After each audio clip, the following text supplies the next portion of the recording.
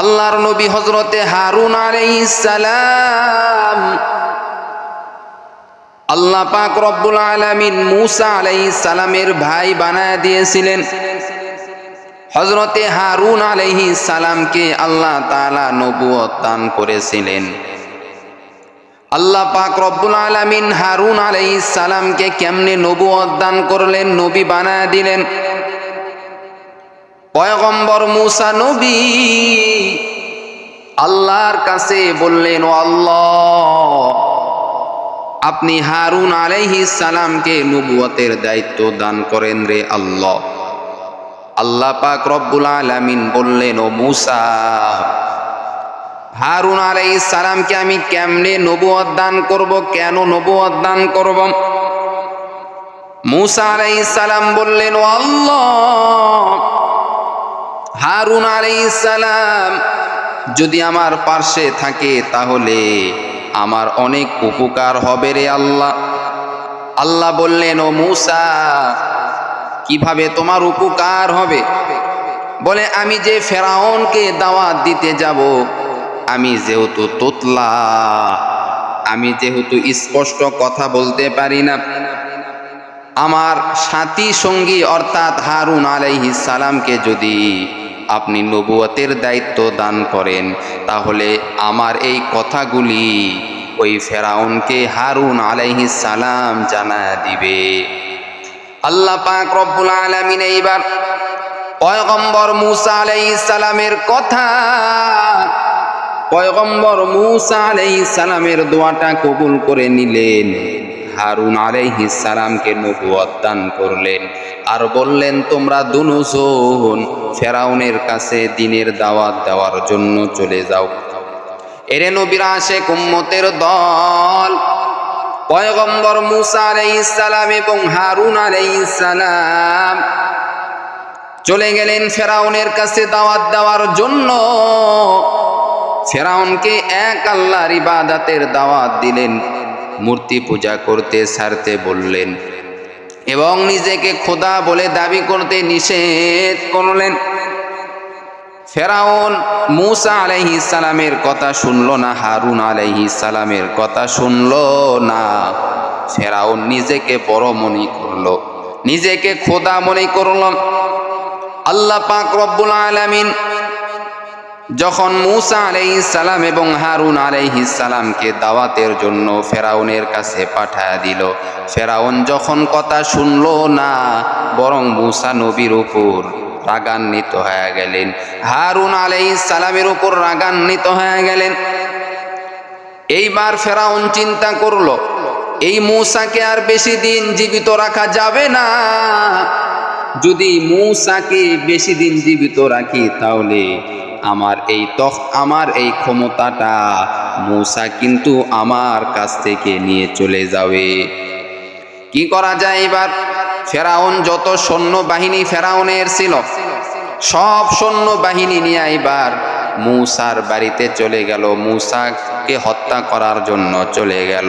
এরে নবীর আশিক উম্মতের দল, আল্লাহ পাক রব্বুল আলামিন বলেন, এরে পয়গম্বর মূসা এবং হারুন, তোমরা তোমাদের বনি ইসরাইলদেরকে নিয়ে নীল নদ পার হয়ে তোমরা মিশরের দিকে রওনা করো। ওই দিকে তোমরা চলে যাও। পয়গম্বর মূসা আলাইহিস সালাম সঙ্গে হারুন আলাইহিস সালাম আরো যত বনি ইসরাইলরা ছিল সকলকে নিয়ে পয়গম্বর মূসা নবী এইবার নীল নদ পার হওয়ার ইচ্ছা করলেন, যাইতেছেন পার হওয়ার জন্য। এদিকে নীল নদের তো অনেক পানি, অনেক পানি। আল্লাহ পাক রব্বুল আলামিনের কাছে পয়গম্বর মূসা নবী জানায় দেন, ও দয়ার মালিক, আমরা তো নীল নদের ওপারে যাব, কিন্তু অনেক পানি দেখা যাইতেছে, এই পানি দিয়া কেমনে পার হব? আল্লাহ পাক রব্বুল আলামিন বললেন, ও মূসা, তোমার টেনশন করা লাগবে না। তোমার হাতে যে লাঠি রয়েছে, ওই লাঠির আঘাত তুমি ওই পানির উপরে করো। পানির উপরে যখন লাঠি দিয়া তুমি আঘাত করবা, দেখবা আমি আল্লাহর কি কুদরত। সঙ্গে সঙ্গে একটি রাস্তা হয়ে যাবে, ওই রাস্তা দিয়া তুমি নীল নদ পার হয়ে চলে যাইবা বনি ইসরাইলদেরকে নিয়ে। এইবার মূসা আলাইহিস সালাম আল্লাহ তাআলার কথা শুনিয়া এইবার ওই লাঠি দিয়া যখন পানিতে আঘাত করলেন, সঙ্গে সঙ্গে আমার আল্লাহ ওখানে রাস্তার ব্যবস্থা করে দিলেন। কাদের কুদরতু দারি বরকামাল, আনতা রব্বি আনতা হাসবি জুল জালাল, তুহি কাদের জালিলুল্লাহ জাহাদার, ও হর হালে তুহি মেরা নিগাহদার। মূসা আলাইহিস সালাম এবং হারুন আলাইহিস সালাম আরো বনি ইসরাইলরা যা ছিল সকলে মিলে ওই রাস্তা দিয়া পার হয়ে গেলেন, নীল নদ পার হয়ে গেলেন। এদিকে ফেরাউনের সৈন্যবাহিনীরা তারাও পিছনে পিছনে মূসাকে ধাওয়া করতেছেন ফেরাউন সহ। যখন তারা এইবার ওই রাস্তার কাছে চলে আসলেন, ফেরাউন মনে করেছে আমরাও এই রাস্তা দিয়া পার হতে পারবো। আল্লাহ তাআলার কি কুদরত! এইবার ফেরাউনের যত সৈন্যবাহিনী ছিল তারা সকলে যখন মাঝ পথে চলে গেল রাস্তার, আল্লাহ তাআলা ওই রাস্তাকে ঘোষণা করে দিলেন, এমনভাবে তোমরা ধ্বংস হয়ে যাও যেন নীল নদের পানিতে ফেরাউনের সকলে মারা যায়। সবই তো আল্লাহর ইচ্ছা রে ভাই। এইবার আল্লাহ তাআলার কথা মতো ওই নীল নদের রাস্তাটা ভেঙে চুরমার হয়ে গেল। ফেরাউনের যত সৈন্যবাহিনী ছিল সকলে নীল নদের পানিতে, আল্লাহ তাআলা তাদেরকে মৃত্যু ঘটায় দিলেন, ধ্বংস করে দিলেন। ফেরাউনও ধ্বংস হয়ে গেল, ফেরাউনও মরে গেল। আল্লাহ তাআলা নিরাপদে মূসা আলাইহিস সালাম এবং হারুন আলাইহিস সালাম এবং তার সাথী সঙ্গী বনি ইসরাইলদেরকে ওই নীল নদ পার করে দিলেন। নীল নদ পার করে দেওয়ার পরে এইবার আল্লাহ পাক রব্বুল আলামিন মূসা আলাইহিস সালামের জন্য যেন ফেরাউন কোনোভাবেই মূসা আলাইহিস সালামকে কষ্ট দিতে না পারে, এজন্য আল্লাহ পাক রব্বুল আলামিন আসমান থেকে জিবরাইল আলাইহিস সালামকে একটি ঘোড়া দিয়ে পাঠায়া দিলেন আর বললেন, তুমি মূসা আলাইহিস সালামের সঙ্গে সঙ্গে তুমি চলবা। সুবহানাল্লাহ। জিবরাইল আলাইহিস সালাম যেই ঘোড়াটা নিয়ে আসছিল, ওই ঘোড়াটা এবার মূসা আলাইহিস সালামের পাশ দিয়া চলতেছেন জিবরাইল আলাইহিস সালাম। কিন্তু ওই বনি ইসরাইলদের মধ্যে একজন খারাপ ব্যক্তি ছিল, মুনাফিক ছিল, যার নাম হলো সামিরি। এই সামিরি নামের ব্যক্তিটা যখন জিবরাইল আলাইহিস সালামকে দেখতে পাইলেন, দেখার পরে এইবার এই সামিরি লক্ষ্য করে দেখেন জিবরাইলের ঘোড়া যাইতেছে এবং জিবরাইলে যেই ঘোড়ায় চড়ে আছে ওই ঘোড়া যেই দিক দিয়া যাইতেছে ওই দিক দিয়া সুন্দর ফসল অর্থাৎ সুন্দর ঘাস বের হয়েছে। এইবার এই সামিরি নামের ব্যক্তিটা, মুনাফিক এই ব্যক্তিটা চিন্তা করলো, জিবরাইলের ঘোড়া তো যেমন তেমন কোনো ঘোড়া নয়। জিবরাইলের ঘোড়া যে জমিনে পা দিতেছে ওই জমিনটা সবুজে ভরপুর হয়ে যাইতেছে, অর্থাৎ ওই মাটির অনেক পাওয়ার হবে। সামিরি এইবার ওই মাটিগুলি সংগ্রহ করলো। জিবরাইলের ঘোড়া যেই জায়গায় পা দিয়েছে মাটিগুলি সংগ্রহ করার পর এই সামিরি নামের ব্যক্তিটা এই মাটিগুলি তার মধ্যে মাটিগুলি সে নিজে রাখলো।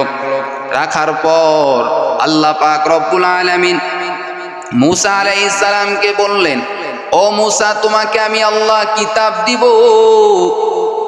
তোমাকে আমি আল্লাহ তাওরাত কিতাব তোমাকে দিব, তুমি তুর পাহাড়ে চলে আসো আর তোমার ওই বনি ইসরাইলদেরকে দেখাশোনা করার জন্য, তাদেরকে সৎ উপদেশ দেওয়ার জন্য, তাদেরকে ইসলামের কথা শোনানোর জন্য তোমার যে ভাই রয়েছে হারুন আলাইহিস সালাম, তাকে তুমি দায়িত্ব দিয়ে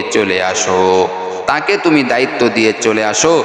আল্লাহর নবী হজরতে মূসা আলাইহিস সালাম হারুন আলাইহিস সালামকে বললেন, তোমার কাছে এই বনি ইসরাইলদেরকে আমি আমানত স্বরূপ রেখে গেলাম, তুমি তাদের দেখাশোনা করবা, তাদের মধ্যে যদি কোনো গণ্ডগোল হয় তুমি এই গণ্ডগোল তুমি ফায়সালা করে দিবা, আর তাদেরকে তুমি সর্বদা এক আল্লাহর ইবাদতের কথা বলবা। সুবহানাল্লাহ। পয়গম্বর মূসা আলাইহিস সালামকে আল্লাহ তাআলা 30 দিনের জন্য ডেকেছিলেন, কিন্তু এমন হয়ে গেল 40 দিন পর্যন্ত মূসা আলাইহিস সালাম ওই তুর পাহাড়ে ছিলেন। আল্লাহ পাক রব্বুল আলামিন মূসা আলাইহিস সালামকে তাওরাত কিতাব দিয়েছিলেন। মূসা আলাইহিস সালাম তাওরাত কিতাব পাওয়ার পরে আল্লাহ পাক রব্বুল আলামিন বললেন, রে মূসা, বনি ইসরাইলদেরকে তাওরাত কিতাব তুমি শুনাইবা যেন তারা এক আল্লাহর ইবাদত করে। আর এদিকে বনি ইসরাইলরা মিশরে গিয়েছিল। মিশরে যাওয়ার পর মিশরের যত নারী ছিল সকলের কাছ থেকে সোনা গহনাগুলি বনি ইসরায়েলের লোকেরা নিয়েছিল। নেওয়ার পরে এইবার তারা বলেছিল, এই স্বর্ণগুলি আমরা তোমাদেরকে আবার ফেরত দিব। মিশরের মানুষেরা বিশ্বাস করিয়া বনি ইসরায়েলদেরকে এই স্বর্ণগুলি তাদেরকে দিয়েছিল। স্বর্ণগুলি দেওয়ার পর এইবার তারা যখন আল্লাহ তাআলা তাদেরকে হিজরত করার কথা বলেছিলেন, বনি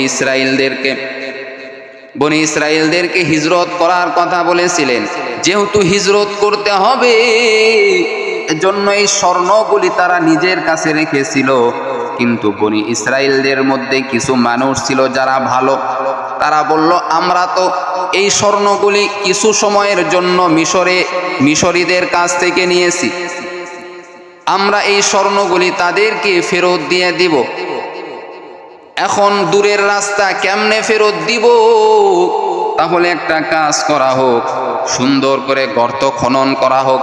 গর্ত খনন করার পর আমরা এই গর্তের মধ্যে স্বর্ণগুলি রেখে দেই এবং আগুন জ্বালায় দেই।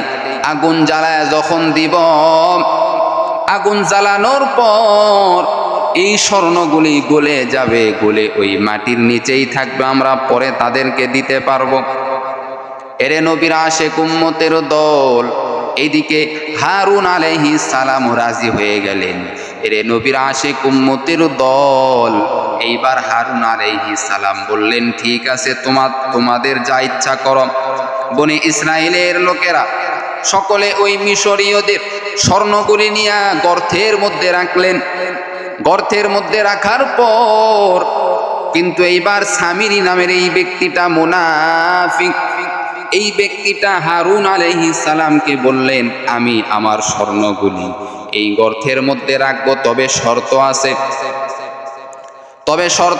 হারুন আলাইহিস সালামকে বললেন, তবে শর্ত আছে। হারুন নবী বললেন, তোমার কি শর্ত তুমি বলো।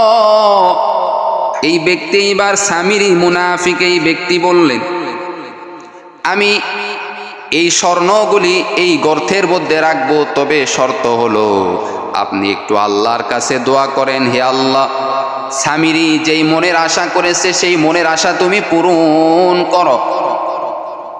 হারুন আলাইহিস সালাম তো আর জানে না ইনি হলো মুনাফিক, খারাপ একজন ব্যক্তি। হারুন আলাইহিস সালাম এইবার দোয়া করলেন আল্লাহর কাছে। নবীর দোয়া তো আল্লাহ খালি হাতে ফেরত দেয় না রে বাবা। আল্লাহর কাছে দোয়া করলেন, আল্লাহ, এই সামিরি নামের এই ব্যক্তিটা মনের মধ্যে যা আশা করেছে সেই আশা তুমি পূরণ করে দাও রে আল্লাহ। আল্লাহ তাআলা এই মনের আশা পূরণ করে দিয়েছেন। সামিরি নামের এই ব্যক্তিটা যখন তার স্বর্ণগুলি ওই গর্তের মধ্যে রাখলো, রাখার পরে সে যে ওই মাটি নিয়েছিল, ওই জিব্রাইল আলাইহিস সালাম যেই ঘোড়ার পিঠে চড়ে ওই ঘোড়ার পায়ের নিচে যেগুলি মাটি ছিল, ওই মাটিগুলি যখন নিয়া ওই গর্তের মধ্যে রাখলো, রাখার পরে সামিরি এইবার মনে মনে ইচ্ছা করলো, আল্লাহ, তুমি এই গর্তের মধ্যে থেকে তুমি একটা গাভীর বাচ্চা জমিনে পাঠায় দাও। গাভীর একটি বাচ্চা তুমি এই জমিনে পাঠায় দাও। আল্লাহ তাআলা এবার সামিরির দোয়া কবুল করে নিলেন। ছোট্ট একটি গাভীর বাচ্চা এই জমিন ওই গর্তের মধ্যে থেকে বের হয়ে আসলো। এরে আল্লাহর বান্দা, এই সামিরি এইবার বনি ইসরাইলদেরকে বুঝাইতে শুরু করলো। দেখো এই কত বড় একটি কুদরত। এই গর্তের মধ্যে থেকে ছোট একটি গাভীর বাচ্চা বের হয়ে আসলো। তার কারণ হলো আল্লাহ পাক রব্বুল আলামিন এই গাভীর মধ্যে, এই গাভীর বাচ্চার মধ্যে প্রবেশ করেছে। নাউযুবিল্লাহ। এই কথা যখন তাদেরকে বুঝাইলো আর বলল, তোমরা এখন থেকে তোমরা মুসার আর কথা শুনবা না, তোমরা এখন থেকে এই বাছুরের পূজা করতে শুরু করো। যেহেতু এই স্বর্ণ গহনা যেই গর্তের মধ্যে রাখা হয়েছে, এই গর্তের মধ্যে থেকে গাভীর বাচ্চা বের হয়ে আসছে, অতএব এই গাভীর বাচ্চার মধ্যে আমার আল্লাহ প্রবেশ করেছেন। এইভাবে তাদেরকে মূর্তি পূজার মধ্যে অর্থাৎ গাভী পূজার মধ্যে ঢুকায় দিল। এই সামিরি নামের মুনাফিক তাদেরকে গাভী পূজা শুরু করে দিল। হারুন আলাইহিস সালাম তাদেরকে কোনো বাধা দিল না। কারণ হলো, যদি বাধা দেয় তাহলে দুই দল হয়ে যাবে, গন্ডগোল শুরু হয়ে যাবে। আর মূসা নবী তো জানায় দিয়েছেন, তুমি এমনভাবে তাদেরকে নিয়ে থাকবা যেন কোনো গন্ডগোল না হয়, তারা যেন কোনো ভাগ না হয়। মূসা আলাইহিস সালাম 40 দিন পর তাওরাত কিতাব নিয়ে যখন এসে দেখে তারা গাভীর পূজা করতেছে, এই গাভীর পূজা করতেছে, মূসার মাথাটা গরম। এইবার মূসা আলাইহিস সালাম রাগান্বিত হয়ে গেলেন। রাগান্বিত হওয়ার পর হারুন আলাইহিস সালামের দাড়ি চেপে ধরলেন আর বললেন, ও ভাই আমার, আমি তোমাকে দায়িত্ব দিয়েছিলাম যেন এই সমস্ত বনি ইসরায়েলেরা ভিন্ন কোনো পূজা না করে, অর্থাৎ কোনো ফিতনা যেন না করে। হারুন আলাইহিস সালাম বললেন, ভাইজান, ও পয়গম্বর মূসা নবী, আমি তাদেরকে এমন ভাবে রেখেছি যেন তারা দুনো দল যেন না হয়, দুইটা দল যেন বিভক্ত না হয়, তারা যেন সকলে একসঙ্গে থাকতে পারে। এজন্য আমি তাদেরকে কোনো বাধা দেই নাই, তাদের মধ্যে যেন কোনো গন্ডগোল না হয়। এজন্য তারা যেহেতু এই বাছুর পূজা করতেছে, তারপরও আমি বাধা দেই নাই। কারণ আপনি না বলেছেন এমনভাবে তাদেরকে নিয়ে রাখতে যেন তারা পরস্পরে গন্ডগোল ফাসাদ না করে। মূসা আলাইহিস সালাম বললেন, এই কাজটা কে করেছে? বলে, ওই যে সামিরি নামের ওই ব্যক্তি এই কাজটা করেছে রে নবী। মূসা আলাইহিস সালাম এইবার আল্লাহর কাছে দোয়া করলেন, ও দয়ার মালিক, তুমি তাকে এমন একটি বিপদ দিয়া দাও যেন সেই বিপদে সে কখনো শান্তি যেন না পায়, সে যেন কখনো শান্তি না পায়। কারণ এই মূর্তি পূজা, বাছুর পূজাটা সে শুরু করেছে, সামিরি নামের এই ব্যক্তিটা। ও আল্লাহ, তুমি তাকে এমনভাবে তুমি মৃত্যুর আগ পর্যন্ত শাস্তি দাও, যেই শাস্তির কারণে সে যেন অনেক কষ্টের মধ্যে থাকে। আল্লাহ পাক রব্বুল আলামিন পয়গম্বর মূসা আলাইহিস সালামের দোয়া এমনভাবে কবুল করলেন যে ওই সামিরি নামের ব্যক্তিটার তার এমন একটা রোগ, জ্বর দিয়া দিলেন, যেই জ্বরটা কোনো দিন আর ভালো হবে না। তাকে যদি কোনো মানুষ স্পর্শ করে তাহলেও সামিরির জ্বর চলে আসবে, এবং সামিরি যদি কোনো মানুষের মধ্যে যদি যায় তাও তার জ্বর চলে আসবে কিয়ামত পর্যন্ত। অর্থাৎ যতদিন এই সামিরি নামের এই ব্যক্তিটা জীবিত ছিল ততদিন পর্যন্ত তার শরীরে সর্ব অবস্থায় জ্বর থাকতো, সর্ব অবস্থায় সে জ্বরে আক্রান্ত হয়ে থাকতো, সে কখনো শান্তি পায় নাই। কারণ সে এই বাছুর পূজা শুরু করেছে, বনি ইসরায়েলদেরকে এই বাছুর পূজায় লিপ্ত করেছে। আর কিয়ামত পর্যন্ত যত মানুষ এই গরুর পূজা করবে, বাছুরের পূজা করবে, অনেক হিন্দু মানুষ আছে যারা এই বাছুরের পূজা করে, গরুর গোশত তারা খায় না। এই যতদিন পর্যন্ত মানুষ এই গরুর পূজা করবে তার 1% গুনাহ ওই সামিরি নামের ওই মুনাফিক ব্যক্তির আমল নামায় লেখা হবে। এবং তার মৃত্যুর পরে কঠিন আযাব তো হবেই। দুনিয়াতেই আল্লাহ পাক রব্বুল আলামিন এই সামিরী নামের ব্যক্তিকে দুনিয়াতেই তাকে জ্বরে আক্রান্ত করে রেখেছিলেন, কখনো তাকে শান্তির মধ্যে আল্লাহ তাআলা থাকতে দেয় নাই। এজন্য যারা বাসুর পূজা করে এখনই তারা সাবধান হয়ে যাও, যারা মূর্তির পূজা করো এখনই তারা সাবধান হয়ে যাও। কখনোই আমার আল্লাহ ছাড়া অন্য কাউকে মাবুদ বলে স্বীকার করা যাবে না আল্লাহ তাআলার, তাহলে তোমাদের উপর গজব ফালায়া দিবে। আল্লাহ আমাদের সকলকে এই সমস্ত জিনিস থেকে, শিরিকের গুনাহ থেকে আল্লাহ আমাদের সকলকে হেফাজত করুক। সকলেই বলেন আমিন।